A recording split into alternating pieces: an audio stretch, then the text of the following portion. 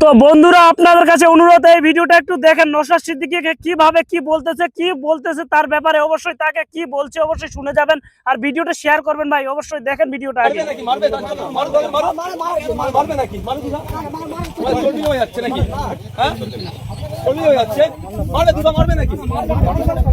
নওশাদ সিদ্দিকীকে কিভাবে ধমকি দিচ্ছে ভিডিওটা দেখেন।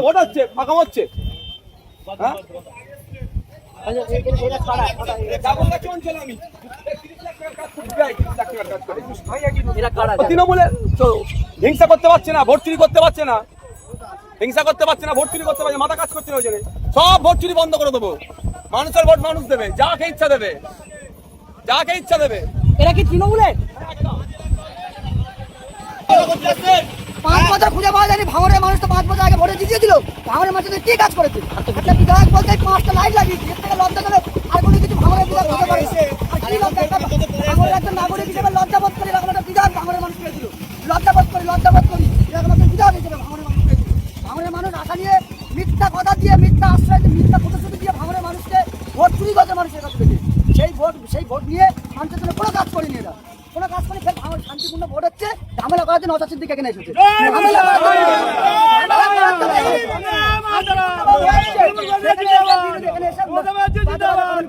একটা বিধায়ক এসেছে, কিভাবে আপনারা এখানে তাকে বিধায়ক এসেছে, বিধায়ক তো অলওয়েজ ওয়েলকাম জানাতাম। তো তোমার কাছে মোর অনুরোধ, ভিডিওখান অবশ্যই ভিডিওটা শেয়ার করে দিবেন ভাই, যাতে করে প্রত্যেকটি ভাই দেখতে পারে এই ভিডিওটা। দেখেন এখানে কি করলো, অবশ্যই জানলেন, দেখলেন, ভিডিওটা অবশ্যই শেয়ার করে দিবেন ভাই। আর নওশাদ সিদ্দিকীর পক্ষে যারা আছেন অবশ্যই ভিডিওটা আরো বেশি শেয়ার করে দিবেন।